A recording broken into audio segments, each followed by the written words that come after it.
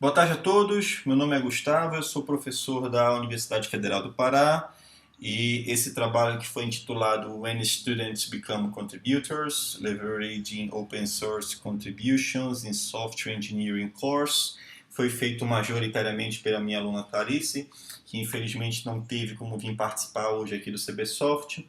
Ele também foi feito em colaboração com a Cleice, que é professora no IFPA, e também com o Igor, que é professor da Northern Arizona University, e do Paulo, que é professor da Unifesp, esteve aqui pelo CBSoft, mas já teve que retornar. Então, uma das principais motivações existenciais desse trabalho é que hoje em dia é muito difícil dar aula, ministrar aula de engenharia de software, dado a aplicabilidade que esse tipo de disciplina requer. Por exemplo, muitos dos nossos trabalhos a gente quer com que os alunos tenham habilidades e competências que possam ser utilizadas eventualmente quando eles se formarem em empresas de software no mercado de trabalho.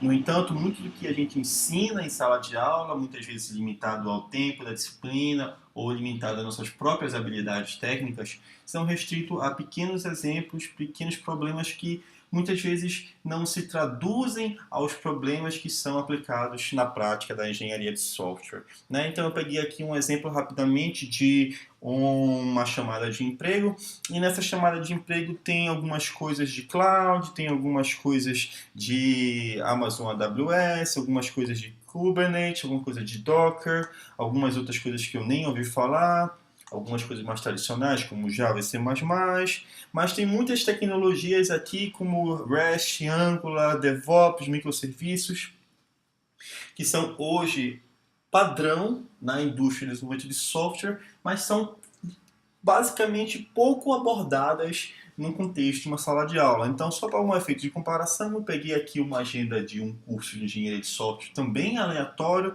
e nesse curso a gente vê algumas coisas como testing, a gente vê algumas coisas como requisito, otimizações de código, gerenciamento de memória, análise estática, métodos formais, que são todas muito interessantes, mas são dificilmente aplicados àquele tipo de trabalho que estava naquele job advertisement anterior, né? Então, em resumo, o que a gente tem aqui é a prática com um punhado de tecnologias que muda o tempo todo, requerendo que os nossos alunos saibam lidar com essas tecnologias de maneira imediata, tenham pouco tempo para treinar esses alunos, e do outro lado que a gente tem são os nossos fundamentos, que de fato são importantes, os alunos precisam ter essa base, mas eles dificilmente traduzem de maneira objetiva e imediata aquela necessidade da prática. Né? Então, uma das perguntas que a gente faz aqui agora é como é que a gente consegue diminuir essa lacuna? Como é que a gente consegue colocar uma ponte entre esses dois mundos? Né? Então, uma das formas que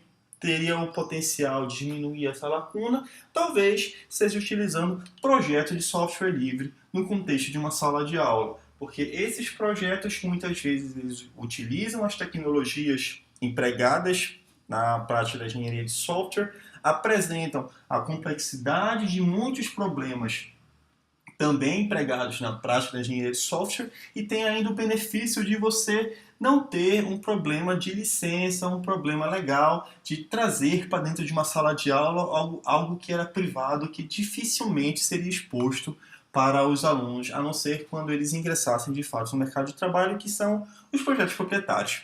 Certo?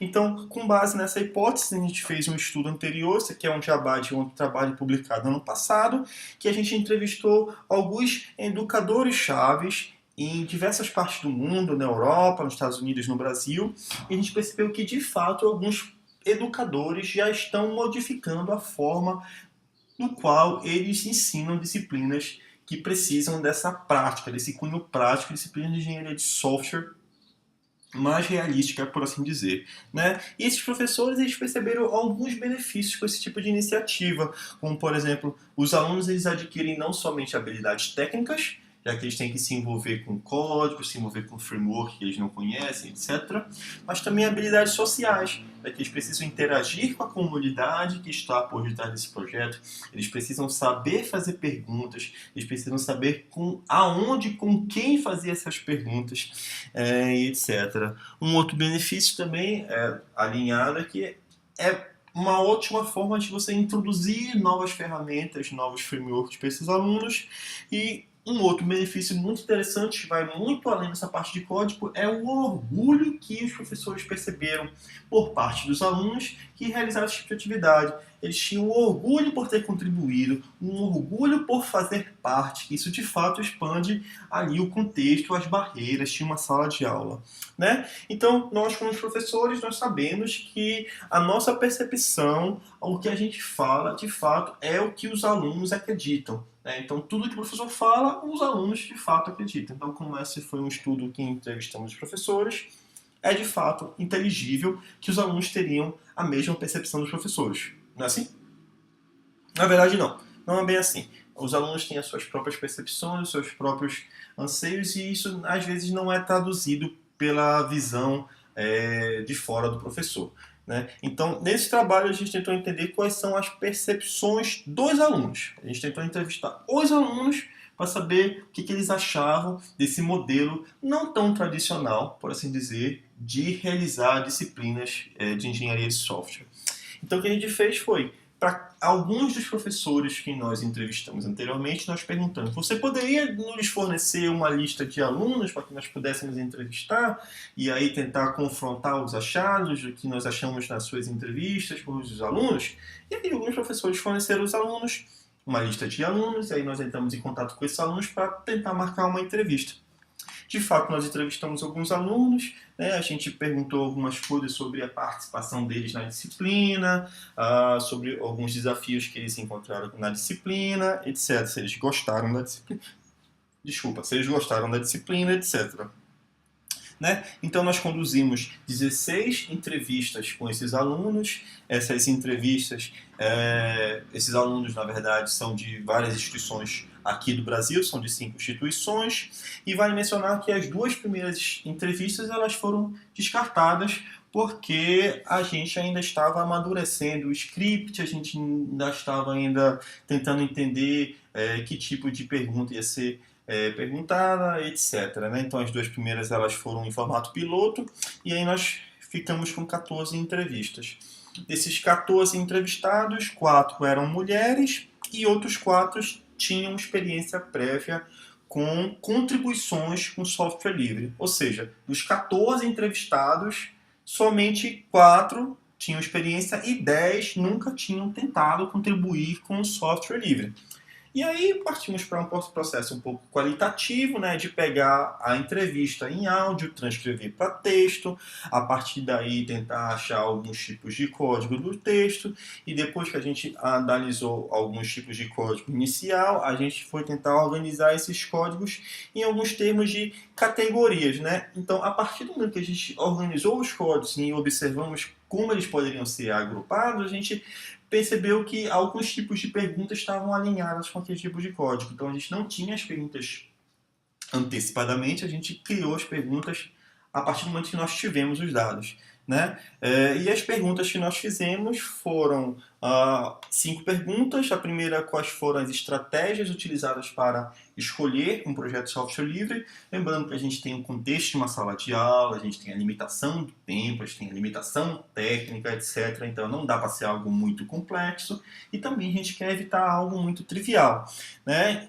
Depois que nós escolhemos o projeto, a gente tentou escolher quais são as tarefas. O que de fato naquele projeto enorme poderia ser resolvido por um aluno que nunca viu aquele código, que nunca participou daquele projeto, resolver no tempo limitado de uma disciplina. Depois que o aluno tentou resolver a tarefa, a gente foi atrás do tipo de contribuição que ele fez para tentar entender qual é a natureza da contribuição. Será que ele está adicionando novas funcionalidades? Será que ele está corrigindo bugs? Por fim, a gente fez algumas perguntas do tipo quais são os benefícios e os desafios desse tipo de abordagem, obviamente pela percepção dos alunos. Então, começando a responder as perguntas, com relação às estratégias, a gente viu que alguns professores deixaram os alunos livres para escolher a estratégia que eles achassem mais adequada. Então, esse professor aqui não impôs nenhum tipo de restrição, os alunos poderiam escolher o que eles quisessem. No entanto, a gente percebeu que outros professores eles já eram um pouco mais pragmáticos. Vejam, é melhor você escolher alguma coisa entre projetos do Gnome e projetos do KDE. Mais interessante, a gente percebeu que alguns professores eles já tinham algumas experiências prévias, seja pela execução dessa disciplina em semestres anos anteriores, seja pela participação do professor em comunidade de software livre. Ou seja, ele já conhecia algumas pessoas chaves na comunidade, já conhecia alguns mantenedores, e ele indicava os projetos no qual ele já tinha um elo, um ponto focal no qual o aluno poderia se apoiar para questionar e etc.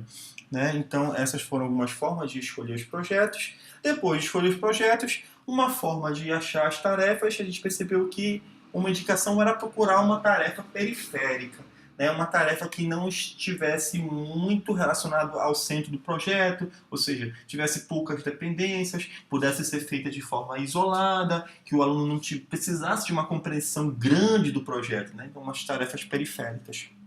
Alguém pode perguntar, o que seria uma tarefa periférica? Como encontrar uma tarefa periférica? Uns outros alunos mencionaram que formas de encontrar tarefas periféricas poderiam ser através do sistema de issues, o sistema de bug tracker. Né? Então, no sistema de bug tracker, geralmente tem algumas coisas que interessam no projeto, tanto em termos de bugs que precisam ser resolvidos, como em funcionalidades que precisam ser implementadas. Né? A gente percebeu, inclusive, que alguns alunos acharam tags que estavam relacionadas a tarefas que poderiam ser resolvidas por pessoas com pouca experiência.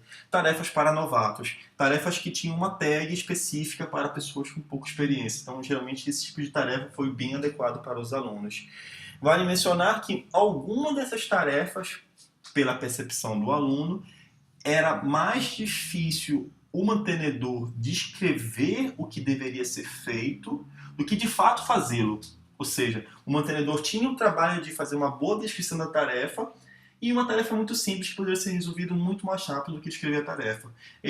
Alguns projetos fazem isso de forma que outras pessoas possam mais facilmente se envolver nesse projeto. Né? Uma outra forma é uma forma colaborativa, né? Ou seja, sentou o professor, sentou o aluno, sentou o mantenedor e discutiram o que de fato poderia ser feito no escopo da disciplina, as habilidades dos alunos, que poderia ser entregue em pouco tempo. Né? Mas isso só poderia ser possível depois que o professor, no caso, já tivesse uma experiência prévia com o mantenedor, etc. Então, depois de escolher o projeto, escolher a tarefa, a gente tentou entender quais foram as contribuições. Então, aqui a gente tem uma lista de projetos no qual receberam contribuições, alguns projetos bem complexos, com mais de 100 mil linhas, 200 mil linhas de código. E para cada aluno, a gente tentou verificar qual foi o commit que aquele aluno fez naquele projeto. Né? Então a gente pegou a lista de commits dos alunos e a gente pegou esses commits e categorizou utilizando essa abordagem do Michel Lanza, que tem 4 grandes tipos de categorização de commit, que é um commit de forward engineering, que adiciona novas funcionalidades, o commit de re-engineering, que faz operações de refatoração, por exemplo, commit corrective, que fazem correções de bug, commits de management, que geralmente são documentações. Né? E depois de a gente fazer essa análise, a gente percebeu que a maioria dos commits foram feitos para adições de novas funcionalidades. Aqui a gente tem um exemplo que ele adiciona, eu acredito que é uma opção na linha de comando do projeto. A gente tem aqui o commit de re-engineering, que ele faz apenas uma pequena refatoração. A gente tem um commit de corrective, que ele resolve um bug, e um outro commit de management, que foi o caso que tinha menor ocorrências, que foi interessantemente um caso que tinha menor ocorrência, que ele faz apenas uma atualização da documentação. Então, por fim, entre os benefícios encontrados nesse tipo de trabalho, a gente percebeu algumas coisas que já haviam sido percebidas antes no outro trabalho, como, por exemplo, trabalhar em um projeto real, né? Isso dá a noção para o estudante de como é que seria trabalhar num projeto não trivial. Mas interessante, a gente percebeu que os alunos perceberam que, veja, isso é possível. Então, a gente tinha vários alunos que nunca tinham contribuído e alguns deles imaginavam que contribuir com software livre, com um projeto de software aberto, era um negócio muito complicado, um negócio muito difícil, um negócio inviável. Só que eles perceberam que, veja, isso é possível, não é um pesadelo, é possível fazer levando ainda em consideração o contexto da disciplina, de tempo, de espaço, de habilidades técnicas. Né? Um outro benefício que a gente percebeu, obviamente, melhora o resumo, né? Essa coach, ela está incompleta, essa coach, a pessoa foi contratada pelas habilidades que ela tinha com o gerenciamento de sistemas de controle de diversão, e hoje na empresa, segundo o aluno, ele é a pessoa mais habilidosa em sistemas de controle de diversão, dada a experiência que ele teve em sala de aula. Né? Obviamente, alguns outros professores, depois da disciplina, se tornaram tão empolgados que elas ficaram tentando participar mais ativamente de projetos de software livre, procurando formas de se integrar em outros projetos. Por fim, alguns desafios. Ainda é difícil interagir com algumas comunidades são muito fechadas, algumas comunidades são ríspidas. Esse aluno aqui mencionou que era difícil fazer perguntas em lista de e-mail, já que você não sabe quem está respondendo, você não sabe quem está do outro lado da linha, e muitas das respostas que ele obtinha eram respostas grosseiras, né? Respostas para perguntas simples que às vezes o mantenedor não tem aquela suavidade. Outras dificuldades em configurar o projeto. Um aluno mencionou algo muito interessante, que quando você trabalha em um projeto complexo, que utiliza várias linguagens de programação, mais de um sistema de build, que tem várias dependências, nas palavras do aluno, um exercício de beleza fazer o projeto compilar, de tão complexo que é. Né? Um outro desafio é, obviamente, entender o código, se envolver com a arquitetura. Às vezes a arquitetura não está bem definida, não está bem documentada, o código, como o mencionou, não segue algumas convenções e etc. Né? Então, para sumarizar, nesse trabalho a gente viu que entrevistamos alguns alunos de várias instituições do Brasil, eles mencionaram como escolher um projeto, como escolher uma tarefa, nós investigamos quais foram a natureza das contribuições que foram feitas por esses alunos. Também observamos alguns benefícios e desafios dessa abordagem pela perspectiva dos alunos. Então é isso. Eu encerro aqui a minha apresentação, agradeço a todos pela presença e me coloco aberto para perguntas. Obrigado.